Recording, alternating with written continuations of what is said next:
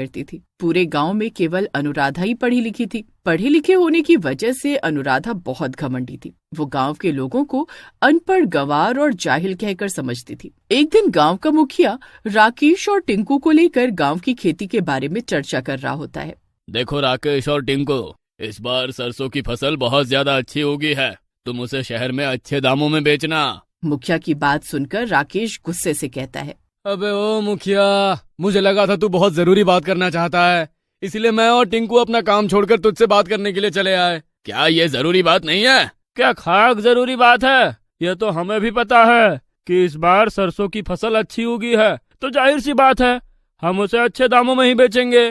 टिंकू इतना कहता ही है कि तभी वहाँ से अनुराधा, जो कि निकल रही होती है, रुक जाती है और उन तीनों की ओर देखकर हंसते हुए कहती है, तुम गांव के लोग ना कभी नहीं सुधरोगे। अनपढ़ के अनपढ़ और जाहिल के जाहिल ही रहोगे। अरे विदेश में जाकर देखो, आजकल खेत में नई नई सब्जियां उगाई जा रही हैं। तुम गांव के गवार लोग बस सरसों और गेहूं की खेती करते रहना। ये सुनकर टिंकू गुस्से से अनुराधा से कहता है, देखो अनुराधा, हमें पता है कि तुम शहर से पढ़कर आई हो, लेकिन मत भूलो कि तुम भारत में रहती हो और भारत में सरसों और गेहूं ही खाया जाता है। अगर तुम्हारे अंदर इतना ही ज्ञान भरा है तो तुम अपने पिता के खेत में ही कोई अलग सब्जी क्यों नहीं उगा लेती? इतना कहकर राकेश और टिंकू अपने अपने खेतों की ओर चले जाते हैं और मुखिया भी चला जाता है। अनुराधा को राकेश का जवाब बिल्कुल भी पसंद नहीं आता। वो गुस्से से पैर पटकती हुई अपने घर पर आ जाती है। अनुराधा को गुस्से में देखकर उसकी माँ चमकी अनुराधा से कहती है, क्या हुआ अनुराधा, इतने गुस्से में क्यों हो? ये गांव के अनपढ़ जाहिल गवार लोग पता नहीं अपने आप को क्या समझते हैं। तभी वहाँ पर अनुराधा के पिता सुखी आ जाते हैं और गुस्से से अपनी बेटी अनुराधा से बोलता है, अनुराधा, तुम्हें गांव के लोगों को अनपढ़ और जाहिल कहने का कोई अधिकार नहीं है। तुम खेती के बारे में जानती क्या हो? देखिए पिताजी, मैं एक शहर से पढ़कर आई हूँ। रहा सवाल खेती के बारे में जानने का, तो अब मैं खेत में वो उगाकर दिखाऊंगी जिसकी कोई कल्पना भी नहीं कर सकता। इतना बोलकर अनुराधा वहाँ से चली जाती है। उस दिन के बाद अनुराधा गहरी सोच में डूब जाती है कि आखिर खेत में ऐसा क्या उगाया जाए जिससे उसका नाम हो जाए। कुछ दिन बाद अनुराधा के दिमाग में एक विचार आता है और वो अपने आप से कहती है, हाँ, अगर खेत में बर्गर उगाए जाए तो फिर मेरा पूरे वर्ल्ड में नाम हो जाएगा। प्रेस वाले मेरे घर पर आएंगे, मेरी फोटो खींचेंगे और मैं देखते ही देखते फेमस हो जाऊंगी। लेकिन इसके लिए मुझे सबसे पहले इंटरनेट पर सर्च करना होगा। अनुराधा उस दिन के बाद से इंटरनेट पर लैपटॉप के सामने दिन भर बैठी रहती। एक दिन अनुराधा अपने पिता सुखिया से कहती है, पिताजी, अब आप खेत पर नहीं जाएंगे, खेत में मैं जाऊंगी। अरे पागल हो गई हो क्या? तुम खेत में जाकर क्या करोगी?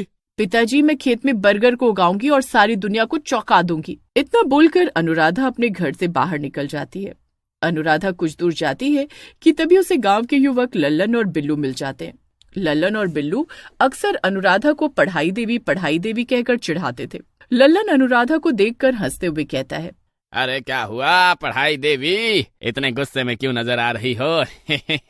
अनुराधा गुस्से से कहती है, तुम गवार गांव वालों को लगता है कि खेत में केवल सरसों और गेहूं ही उगाया जा सकता है, लेकिन मैं खेत में बर्गर उगाकर दिखाऊंगी। लगता है ज्यादा पढ़ाई करके तुम्हारा दिमाग खिसक गया है पढ़ाई देवी। अरे मैंने सुना था शहर में पढ़ने वालों का दिमाग खराब हो जाता है, लेकिन आज देख भी लिया।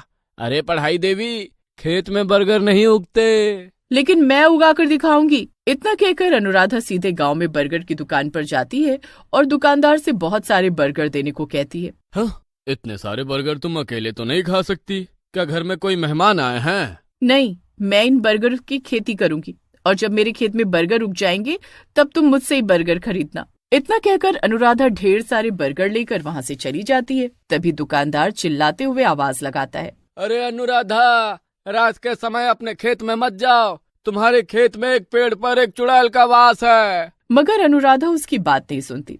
दुकानदार गुस्से से अपने आप से कहता है, सुखिया की बेटी का दिमाग खराब हो गया है, लगता है पगला गई है।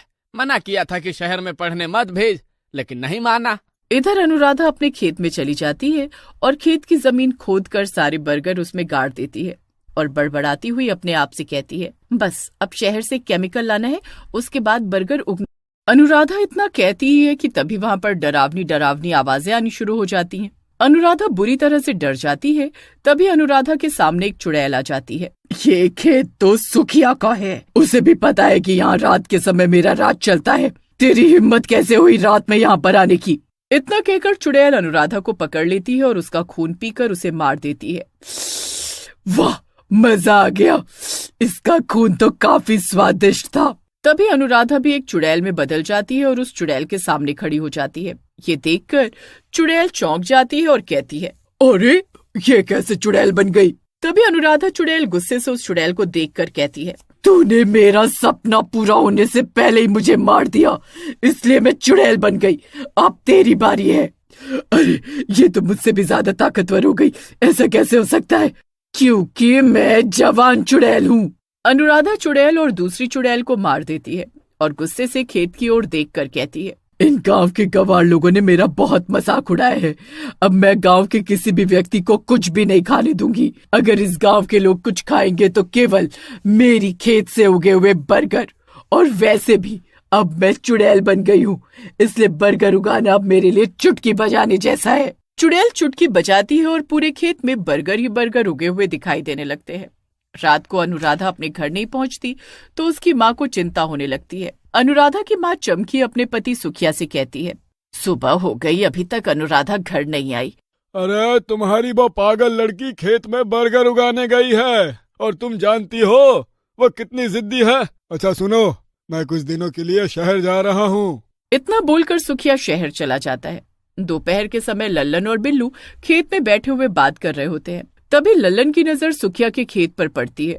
लल्लन चौंकते हुए बिल्लू से कहता है, बिल्लू भाई, वो सामने देखो, सुखिया के खेत में तो बर्गर उगे हुए नजर आ रहे हैं। ये सुनकर बिल्लू चौंक जाता है और लल्लन से कहता है, लगता है तेरी रात की उतरी नहीं। इतना बोलकर बिल्लू जब खेत की ओर देखता है तो वो भी चौंक जाता है। हाँ, तुम तो सही कह रहे हो, कहीं उस पगलेट पढ़ाई देवी ने सच में तो खेत में बर्गर नहीं उगा दिए। अरे अगर ऐसा हुआ तो फिर तो ये चमत्कार हो गया। चलो चलकर देखते हैं। लल्लन और बिल्लू सीधे खेत की ओर चले जाते हैं और आश्चर्य भरी नजरों से उगे हुए बर्गर को देखने लगते हैं। तभी वहाँ पर अनुराधा चुड़ैल आ जाती है। चुड़ैल को देखकर वो दोनों डर जाते हैं। लल्लन डरते हुए बिल्लू की ओर देखकर कहता है, चुड़ैल, अरे ये तो चुड़ैल है बिल्लू भाई। अरे मैंने तो सुना था कि सुखिया चाचा के खेत में रात में चुड़ैल आती है। अरे ये दिन में कहाँ से आ गई? तभी अनुराधा चुड़ैल गुस्से से बिल्लू और लल्लन की ओर देखकर कहती है, उस चुड़ैल को तो मैंने मार दिया, मैं अनुराधा हूँ। अरे अनुराधा, अरे तुम चुड़ैल कैसे बन गई? वो सब छोड़ो, तुम दोनों मेरा बहुत मजाक उड़ाते थे, मुझे पढ़ाई देवी कहकर चिढ़ाते थे। मेरे बर्गर उगाने की बात को लेकर भी तुमने मेरा बहुत मजाक उड़ाया था।